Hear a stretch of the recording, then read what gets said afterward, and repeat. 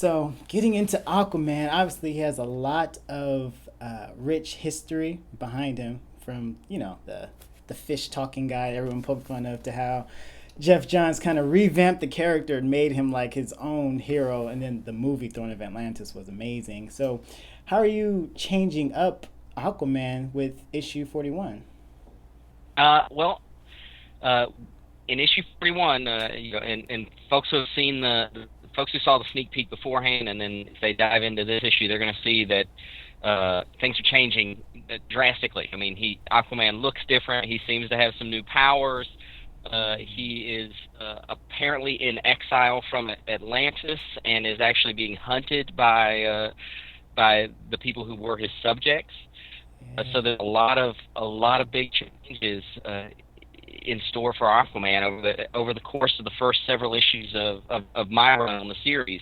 We're going to be dealing with a lot of those changes, but at the same time, like you said, there's so much history with Aquaman, and we want to draw on that. So we're drawing on a lot of history, and even though we're dealing a lot with this new iteration of Aquaman, dealing with these new challenges, we're also going to balance that with some stories that are more of the classic Aquaman.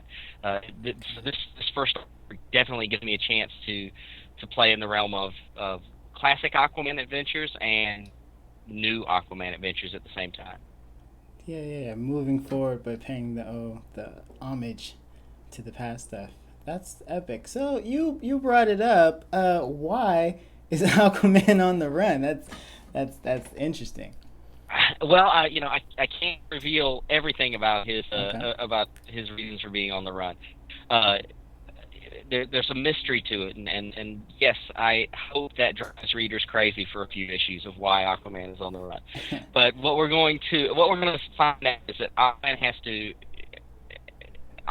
strike a balance. He has to decide what's more important: being king of Atlantis and doing taking action as a king, and how he balances that with being a hero and standing Mm. up for people who need help, and that trying to walk that line is what gets Aquaman into all the trouble that he's experiencing. Yeah, and it's actually a little bit different from most heroes who don't really have a split allegiance to like a whole kingdom. Like hero is their full time job, but he's got hero and king. How is that? No, how is it writing about that? That dichotomy. Yeah, that's some of the stuff that's most interesting to me, because if I look at what a king might have to do, a king has to at times take actions which are definitely probably walking the line between darkness and light, Right. and but that's not really in Arthur's makeup. He's not going to. He can't sacrifice what makes him a good person in order to be a king. Or can he? He's going to have to, he is going to have to make that decision at some point very soon. You mentioned Aquaman is dealing potentially with what you can reveal, with some new powers. Can you shed anything on that, or maybe losing powers? We know that can happen at any moment these days. Well, maybe he did lose some powers, but uh, you know, we will see Aquaman now. I think some people have already noticed early on when we first revealed like some of the first teaser images that we put together. People jumped on the idea that his trident looked different, and Mm. uh, and the trident, we make no bones about it in issue 41. It is a different trident.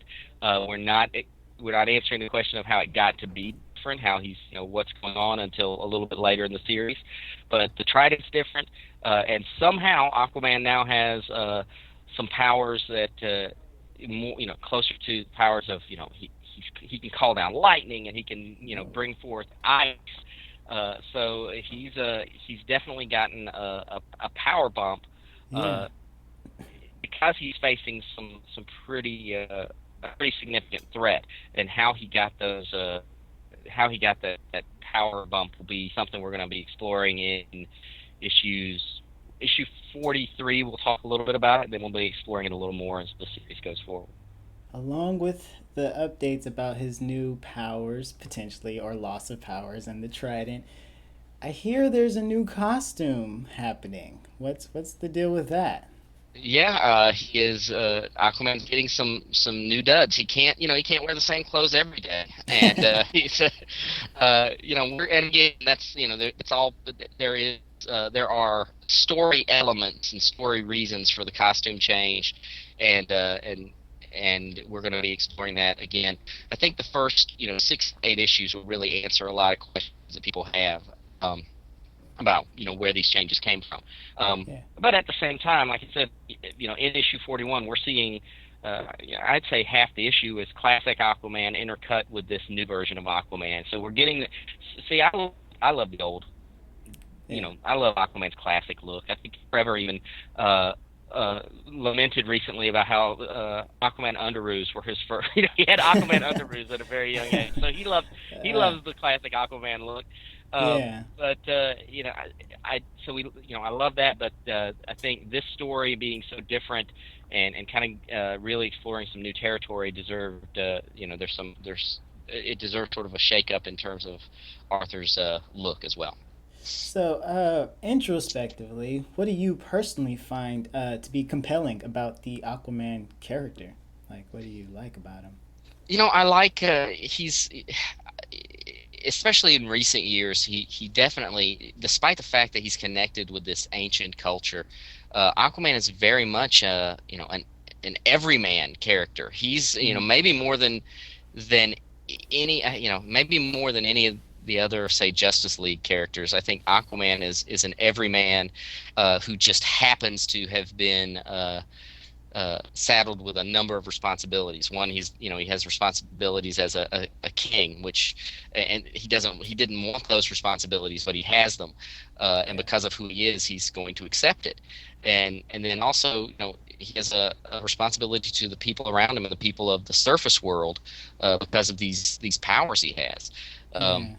and I think one of the things I've always liked about him is he just strikes me as you know a regular guy that just happens to be king of an undersea kingdom, and have This happens to be. yeah, and just has these tremendous powers, and he deals with them in a way that I think is very very real, and I think people can understand. Gotcha. Yeah, I like you saying the everyman character because usually the hero conflict is between the hero and their secret identity, but adding this whole other element, well, I think connects to people more because people deal with having to wear so many hats, like student, teacher, parent, friend, sibling. Like it's really Yeah, and just throw that he's directly responsible for the lives of this realm that exists yeah.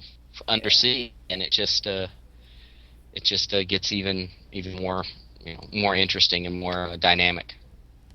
Covered issue number 41. So what can we expect? You alluded to it loosely. What can we kind of tentatively expect from issues number 42 and beyond? So there is a threat that is surfacing, and in both undersea and on land. We see it in issue 41, and we're going to really be exploring it a little more in 42 and 43. Mm-hmm. This threat is really the crux of what has driven this wedge between Aquaman and Atlantis, and in fact, Aquaman and Mera. Who is Yeah. really hunting, who is actually pulling the strings in Atlantis and hunting Aquaman down. Yeah. So we're not going to completely resolve this threat because it's a big one, but Okay. we're going to really be introducing it in the first in my first 3 issues, and then going forward there. But as Aquaman is dealing with this threat, he's also going to be harried by this I've been this sort of this, for lack of a better term, this hunt squad that's come out of Atlantis to hunt him down, Yeah. and it's got some familiar faces for Aquaman villains.